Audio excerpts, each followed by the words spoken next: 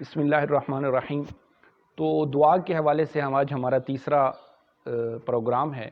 دعا اور درود پاک جو ہے وہ ایک دوسرے کے ساتھ بڑا تعلق رکھتے ہیں، اور آج تک جتنی بھی دعائیں لوگوں کی قبول ہوتی ہیں اس میں حضور سرور کائنات صلی اللہ تعالیٰ علیہ وآلہ وسلم کی ذات پر درود پاک کا بھیجنا یہ بھی بہت اثردار اور بہت ایتھینٹک چیز ہے۔ وہ کیسے؟ جیسے امام احمد رضا فرماتے ہیں کہ دعا اگر پرندہ ہے تو شاہ پر درود پاک ہے، یعنی جب کوئی بھی انسان دعا کرتا ہے تو اس کے لیے ضروری یہ ہے کہ جب وہ اس پرندے کو جس کو وہ اللہ کی بارگاہ میں بھیجنا چاہتا ہے اس کے وہ پر لگائے جو کہ اس کو اللہ کی بارگاہ تک پہنچنے میں مدد دے،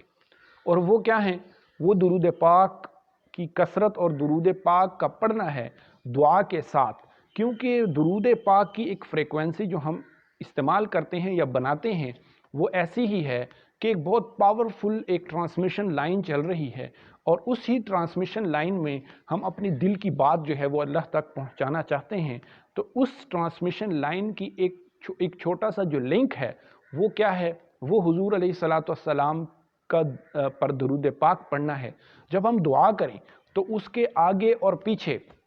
ان کے شاہ پر لگائیں، یعنی دعا بیچ میں اگر پرندہ ہے تو اس کا ایک دایاں پر ہوگا اور اس کا ایک بایاں پر ہوگا، اور اس کو وہ لگائیں گے تو پھر ہی وہ پرواز کرے گا، اور وہ شاہ پر پرندے کا وہ پر ہوتا ہے جو سب سے بڑا ہوتا ہے، اور اگر باقی پر اس کے ختم کر دیے جائیں اور شاہ پر چھوڑ دیے جائیں پرندہ پھر بھی اڑنے کی صلاحیت رکھتا ہے۔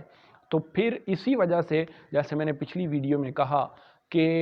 دل سے جو بات نکلتی ہے اثر رکھتی ہے، پر نہیں طاقت پرواز مگر رکھتی ہے، اور اسی پرواز کو مزید طاقتور بنانے کے لیے حضور سرور کائنات صلی اللہ تعالیٰ علیہ وآلہ وسلم پر درود پاک پڑھنا انتہائی مجرب عمل ہے۔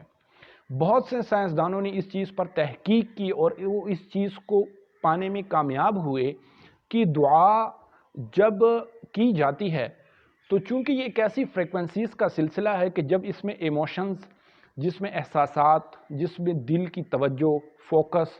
اور باڈی لینگویج اور چہرے کے تاثرات، یہ تمام چیزیں مل کر ایک اتنی پاورفل انرجی کا بلاک بناتی ہیں جو کہ اللہ تعالیٰ کی بارگاہ میں جب پیش ہوتی ہیں تو یقیناً وہ فوراً جو ہے وہ ایکٹیویٹ کر دیتی ہے اللہ تعالیٰ کی اس رحمت کو جو اس نے ہم پر کرنی ہوتی ہے،